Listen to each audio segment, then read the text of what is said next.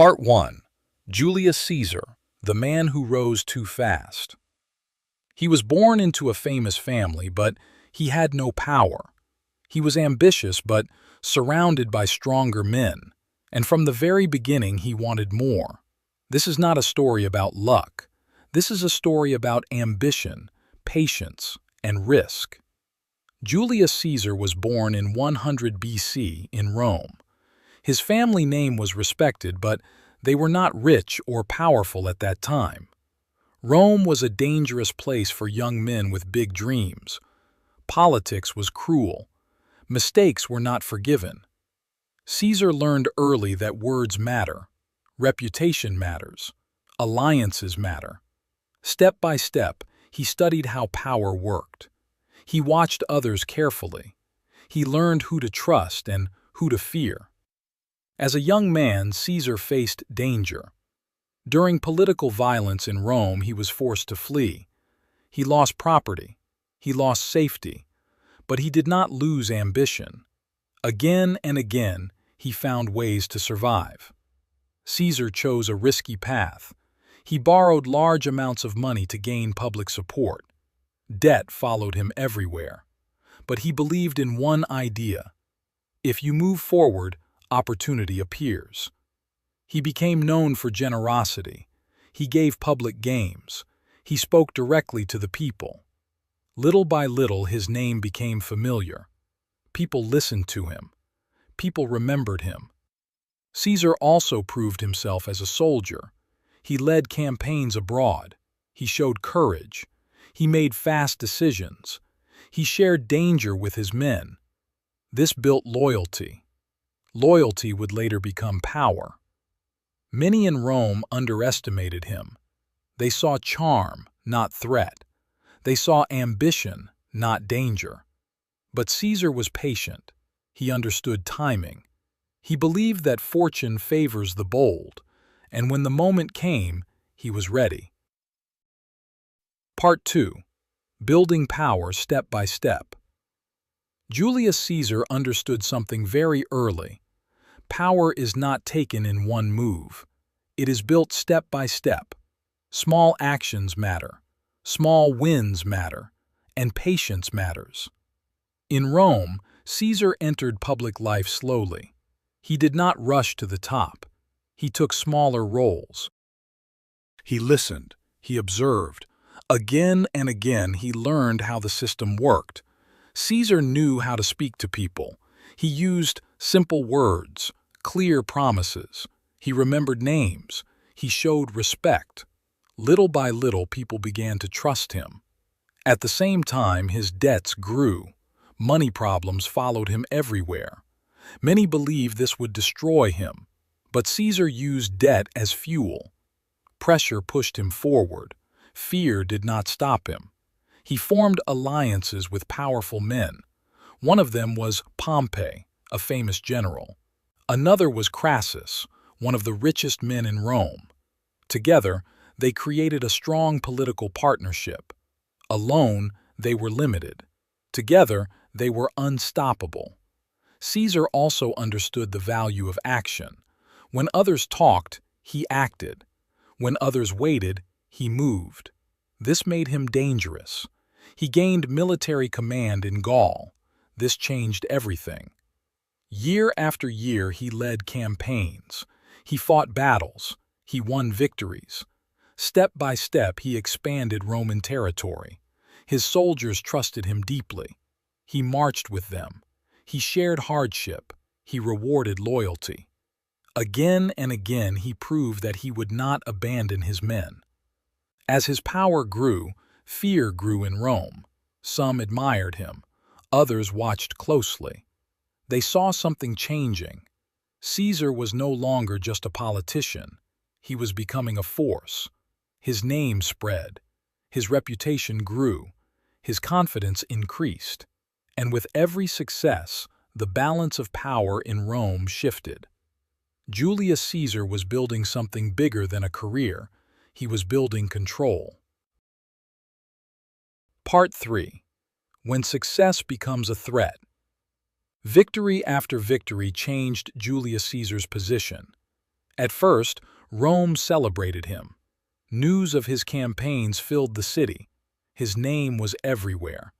But admiration slowly turned into fear. Caesar was winning too much. He was growing too fast. Step by step, he became stronger than the system that created him. The Senate began to worry. Power in Rome was meant to be shared. No one man should stand above the rest. But Caesar was no longer equal. He had loyal soldiers, he had public support, and he had confidence. While Caesar was far away in Gaul, politicians in Rome talked behind closed doors. Alliances weakened, trust disappeared. Old friends became silent. Again and again Caesar sensed resistance. His enemies did not attack him openly. They used rules, laws, delays. They wanted him to return to Rome without power, without protection, without his army. Caesar faced a dangerous choice: obey the Senate and lose everything, or resist and risk civil war. There was no safe path, only two bad options. He waited, he thought, he calculated. Caesar understood timing. He knew that one wrong move could destroy him. Finally, the order came. The Senate demanded that Caesar give up his command and return as a private citizen. This was not a request. It was a trap. Caesar knew what would happen next: trials, exile, humiliation. Everything he had built would collapse. He stood at a river called the Rubicon. On one side was safety without power. On the other side was power with danger. History paused at that moment. Caesar made his decision. He crossed the river with his army. There was no return. With that single act, peace ended. Rome entered chaos. Brothers turned against brothers. Friends became enemies. The world Caesar knew was breaking. But Caesar moved forward. Again and again he chose action over fear. Power had become a threat, and Caesar was ready to face the consequences. Part 4. Power without limits. After crossing the Rubicon, Julius Caesar could not stop. Turning back was no longer possible. Step by step he moved deeper into civil war. Many cities opened their gates to him. Others resisted. Again and again, Caesar chose speed over hesitation. He moved fast. He surprised his enemies. He did not wait for permission. Pompey, once his ally, became his greatest rival. The two men had shared power before. Now they were fighting for control. Trust was gone. Only ambition remained. Battles followed one another. Some were quick, some were brutal. Caesar lost men, but he never lost direction. He stayed close to his soldiers. He spoke to them directly. He reminded them why they fought. Little by little, his enemies fell back. Pompey fled. Rome changed hands. The Republic was collapsing under its own weight. Caesar entered Rome as the strongest man in the city. People watched in silence. Some felt relief. Others felt fear. Order had returned, but freedom felt uncertain. Caesar did not destroy Rome. He tried to fix it. He forgave former enemies. He reformed laws. He reduced debt. He wanted stability. He wanted control without chaos. But power changes how people see you. Even mercy can look like weakness. Even reform can look like manipulation. Again and again, suspicion grew. The Senate still existed, but it no longer led. Decisions came from one man. Titles followed. Honors increased. Caesar accepted them all. He was named dictator, at first for a short time, then for longer, finally for life. This was the moment when fear returned. Rome had removed kings centuries before. Now one man stood above all others. Caesar believed he was necessary. He believed Rome needed strong hands. He believed history was on his side, but not everyone agreed. And when power has no limits, danger moves closer. Part 5. The Price of Absolute Power. Power changed Julius Caesar's world, and it changed how others saw him. At first, people feared chaos. Now, they feared one man. Caesar worked constantly. He planned reforms. He changed the calendar. He organized the state. Step by step, Rome became more stable. Streets were calmer. Laws were clearer. Many ordinary people supported him. But among the elite, fear grew.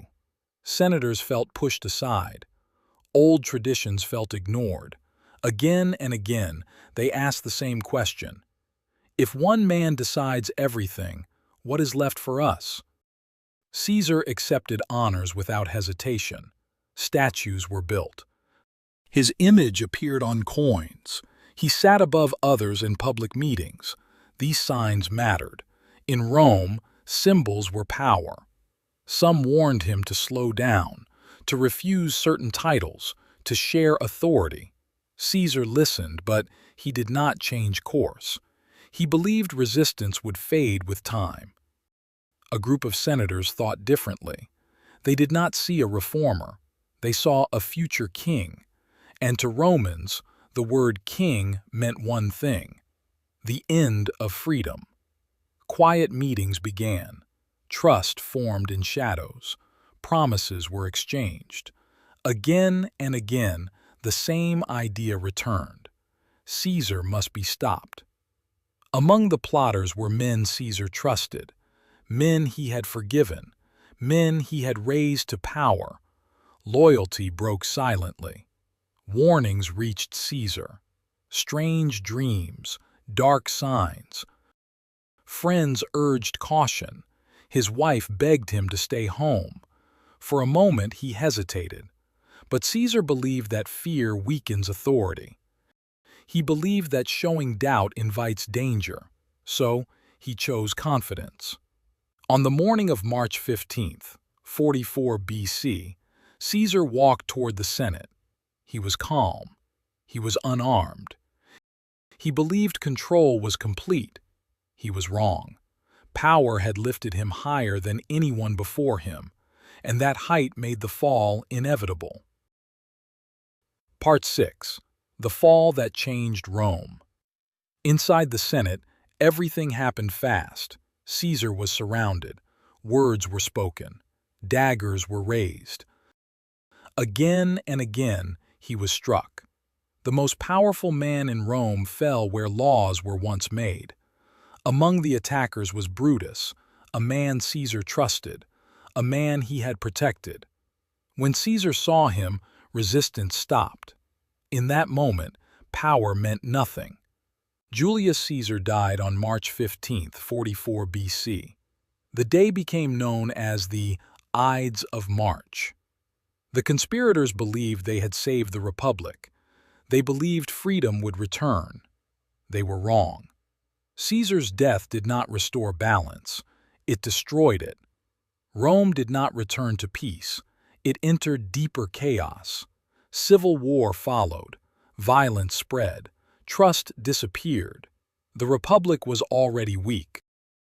Caesar had exposed its cracks. His death broke it completely.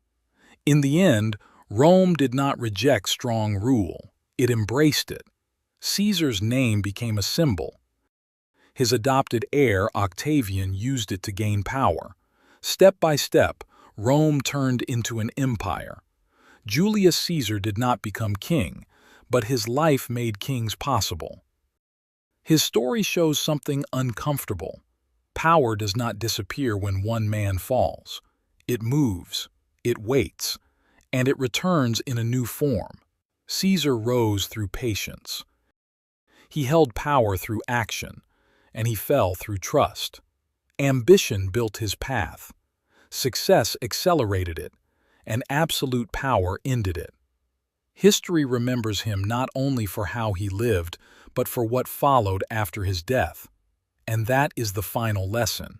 When power grows too fast and limits disappear, the cost is never small. Thanks! Please subscribe and like. Spin a new yarn with us every week. See you there!